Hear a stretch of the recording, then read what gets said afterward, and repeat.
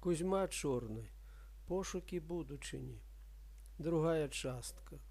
Раздзел 3-4.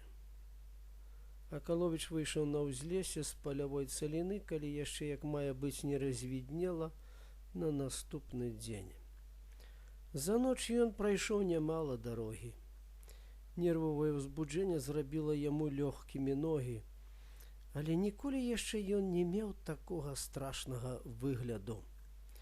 Вочы як промні, здаецца, яны палалі і кожную секунду пераменьвалі сваё месца па твары. Здаралася, што гэты чалавек зараз перагарыць і ператлее ад таго, што з'ядае яго з сярэдзіны. З адной нагі ў яго згубіўся чаравік, у другім валачылася падэшва. Вышэй кален ён быў мокры, без шапкі, і з распаласаванай напалам калашыной нагавіц да самай паясніцы. Ішоў ён няроўна, то ледзьве цягнуў ногі, то ўваходзіў у подбег. Дзіка азірнуўшыся на ўзлесе, ён стаў, пачаў глядзець угару і прыслухоўвацца. Але гэта было так сабе. Нічога нідзе ён не заўважаў, бо неўзабаве ўжо быццам смела прысеў на мокры камень, але ненадоўга. Праз паўгадзіны ён ужо ішоў нейкаю лясною сцежкаю і, напэўна, сам не ведаючы куды. Раптам выбілася з-за тумановага засцілу сонца, чырвонае, круглае і вялікае. У прасвеце паміж дрэў яно стаяла, як аглядальнік зямлі.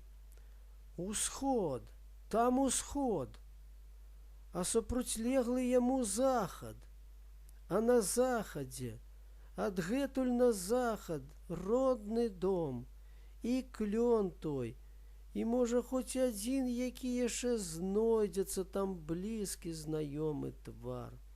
Можа, там яшчэ гаварыць будзе з кім, доўга, штодзень, аб былым маленстве, аб колішніх надзеях. Ён сціснуў зубы ад крыўды і нянавісці.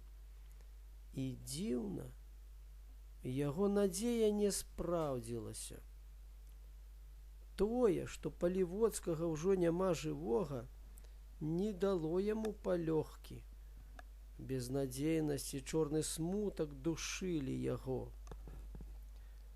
Але ён павярнуўся плячыма да сонца, якое ўсё вышэй усплывала ў неба. Ісці ад сонца, дык прыйсці на захад. Ён як бы працверазіўся. Ён стараўся ўжо разабрацца, куды ж завялі яго за ноч ногі. Мясцовасць была незнаёмая. Лес, поле, вада ў лагчынах, крыклівыя вароны, скрыжованыя сцежкі цераз поле і чалавек нейкі. Гэты чалавек стаяў у нізкіх зарасніках на мяжы поля і лесу, і ведзён быў увесь ад пояса. Ён быў так блізка, што Акаловіч выразна заўважыў, што ён даўно не галіўся. Адзін на аднаго яны глядзелі, і той раптам гукнуў: «Эй, хто ты? Падыдзі сюды!» Акаловіч нехаця і з такім адчуваннем, быццам сэрца яго ў грудзях адарвалася ад свайго месца, падышоў да чалавека. Той адразу прыцэліўся ў яго з аўтаматычнай вінтоўкі, кашлянуў мокра і хрыпла і сказаў захалоджаным голасам: «Хто ты?» Акаловіч уныў і варухнуў губамі. «Ну, кажы, хто ты? Дэзертыр з Чырвонай арміі? Ну? А мо шпіён нямецкі, ходзіш тут, віжуеш?» «Нашто ж тут немцам шпіёны, калі яны тут?» Стараючыся гаварыць развязна і з нуднай усмешкай, адказаў Акаловіч. «Калі яны тут? Не яны тут, а мы тут! Крикнуў чалавек, і Акаловіч бачыў, што праз паўсекунды чалавек стрэліць. Акаловіч са страшнай сілай адчуў непераможную прагу дацягнуцца туды, пад клецак. І гэта ўжо рабілася яго адзінай мэтай у жыцці. Інстынктыўна, не думаючы, ён само сабой узяў у момант панібрацкі тон. «Што ты робіш? Спусці стрэльбу, дурань! А ты чаму не кажаш, хто ты? Кажы, бо зараз стрэлю!» «Я іду з аперацыі». Чалавек спусціў уніз вінтоўку. «Ну дык прысядзем, закурым». Божа, чалавечае слова, упершыню за ўвесь гэты страшны час. «Сядзець мне няма калі. Далёка табе ісці трэба?» «Пад клецак». «А дзе гэта?» «Ад Нясвіжа 15 кіламетраў». «Нясвіж чуў, а як жа? То пакажы дакумент». Акаловіч адгарнуў ад жывата транты свае адзежыны і пачаў абмацваць у кашулі вышэй жывата ліштву, па якой зашпільвалася кашуля. У адным месцы ліштва не была прышыта, а толькі зарублена. Удала дзе-нідзе прафастрыгованая, яна шчыльна прылягала да кашулі. Акаловіч засунуў пад яе палец і пачаў там ім шнарыць. Чалавек чакаў. Акаловіч дастаў адтуль скручаную ў валік паперку. Раскруціў, паглядзеў і падаў чалавеку. Той пачаў пра сябе чытаць. Гэта было пасведчанне Нясвіжскага райсавета, што Люцыян Акаловіч ёсць селянін з рымашоўскіх хутароў Нясвіжскага раёна Баранавіцкай вобласці. І штамп, і пячатка, і подпіс. Усё было на месцы. І нельга было здагадацца, што паперка рабілася не ў Нясвіжы, а дзесьці ў Германіі. Прачытаўшы паперку, чалавек падазрона паглядзеў на Акаловіча і, не аддаючы яму яго пасведчання, сказаў: «Дык ты туды і ідзеш?» «Туды. А дарогу ты ведаеш?» Акаловіч зразумеў недавер'е, пачаў гаварыць: «Мне на маскоўска-варшаўскую шашу трэба выбіцца, а там я ўжо ведаю». «А там як?» «А там як? Пасля Слуцка праз Селіцкія крыжы, Лядныя, Гулевічы, Піліпавічы і кіламетраў 40 не даходзячы да Сіняўкі». «Дык табе ж гэта круг будзе?» – дапытваў чалавек, не спускаючы з Акаловіча пільных вачэй. «Дык можна і інакш», – адразу схамянуўся Акаловіч. «Мусіць, такі я пайду з-пад Гулевіч на Цімкавіча, на Пузава». «Чакай, а яшчэ?» «Шашою да Слуцка, а там з шашы сысці зусім, а прысадамі да Нясвіжа, а там, не ўваходзячы ў горад, а толькі прайшоўшы новае места і ля брамнага ўезду ў горад, адразу налева да Мураванкі». «Чакай, разгаварыўся. Зброя якая ў цябе ёсць?» «Пісталет без набояў». «Ну што ж, ідзі хіба». Акаловіч ажыў, увесь смутак яго скончыўся. Свет і сябе ў ім ён адчуў гэты момант так. Дайсці туды, чакаць, хавацца, служыць таму, хто б там ні быў і хто б там навек не астаўся, адслужыць штодзень яму, колькі яму трэба, а рэшту дня сам з сабою, адзін, ці гной корпаць, ці што там будзе.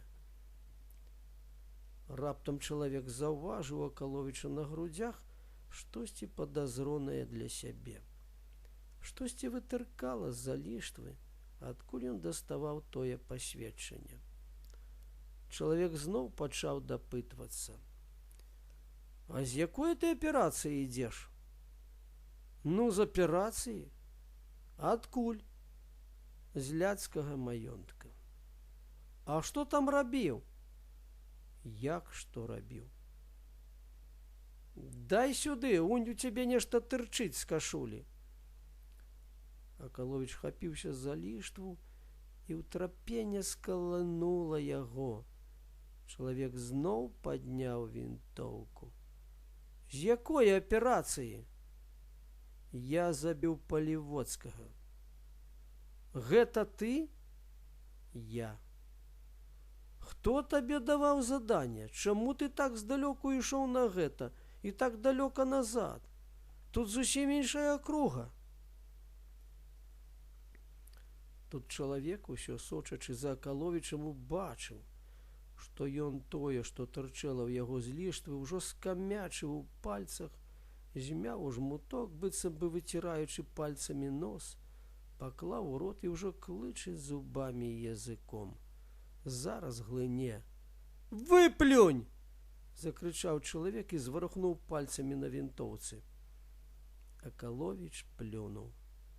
Чалавек хапіў мокры ад сліны жмуток і, расцягнуўшы яго ў пальцах, убачыў, што гэта кавалачак паркалю, на якім штосьці дробна надрукавана па-нямецку.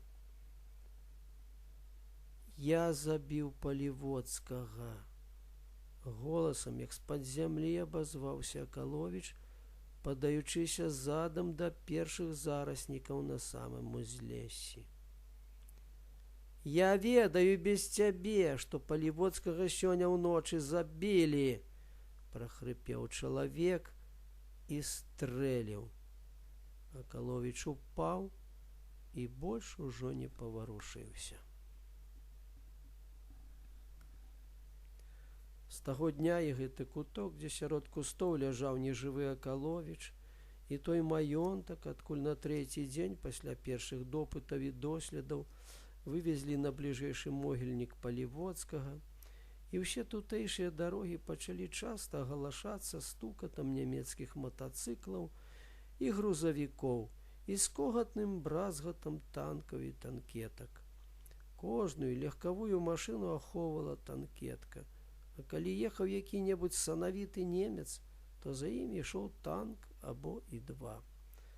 Пачалі з'яўляцца і станавіцца тут часці вялікага карнага злучэння. Аўтаматчыкі на грузавіках штодзень кудысьці ехалі дарогамі. Грунтавым жа шляхам, які ляжаў тут, час ад часу праходзілі танкі. Можа, гэты захад быў не так дзеля аховы нямецкіх заваёваў, як дзеля таго, каб нагнаць страх на насельніцтва.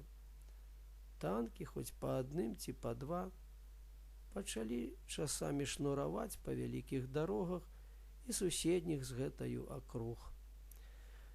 Смерць Палівоцкага перакінула трывогу і туды. Нямецкія начальнікі толькі за вялікаю патрэбаю выязджалі са сваіх месц і стараліся трымаць каля сябе як найбольш салдат. Што ж да людзей, то ўсюды гаварылі пра пахаванне Палівоцкага. Завезлі, засыпалі ў яму. Ніхто з людзей на пахаванні не быў, толькі паліцэйскія і два немцы. Ніхто не ўздыхнуў і не дакрануўся хустачкай ці пальцамі да вачэй. З гэтай прычыны пайшла старая прымаўка на новы лад. Служы немцу верна, дык ён ад цябе нос адверне. Так шырока погаласка і трывога пайшла, што задалёку ад месца смерці Палівоцкага, у сваім неўладаваным яшчэ маёнтку, Гертруда і яе стары Густаў былі няшчасныя ўсе тыя дні, калі не быў з імі іх сын. А ён пачаў бываць тут вельмі зрэдку. У яго быў іншы клопат. У яго было больш, як у іншай якой акрузе, канцэнтрацыйных лагераў, і гэта пачало вельмі непакоіць яго. Ён павялічыў і пашырыў разведку і прачосванне лясоў. Але салдат было ў яго мала, бо з цэнтра закамандавалі некаторым гарнізонам перамясціцца адсюль у акругу, дзе быў забіты Палівоцкі. У яго такім парадкам узнікла думка зліць усе канцэнтрацыйныя лагеры ў адзін, каб злучаныя разам вартавыя вайсковыя часці сталі моцнай сілай. Яго гэтую думку прынялі, але пакуль што тут было яшчэ спакойна. Ад перабродскага лагера да маёнтка, куды ён пасадзіў на ўладанне свайго бацьку, было кіламетраў 20. Ад маёнтка да вялікага грунтавога шляху, які ішоў ад Гомельшчыны цераз Бабруйшчыну на вялікае скрыжаванне з маскоўскай шашою на Случчыне, было кіламетраў пад 70. Па гэтым шляху і пачалі шнураваць танкі час ад часу. Ні танкі, ні салдаты ніводнай сутычкі ні з кім не мелі. І ўсё пачало як быццам спакайнець.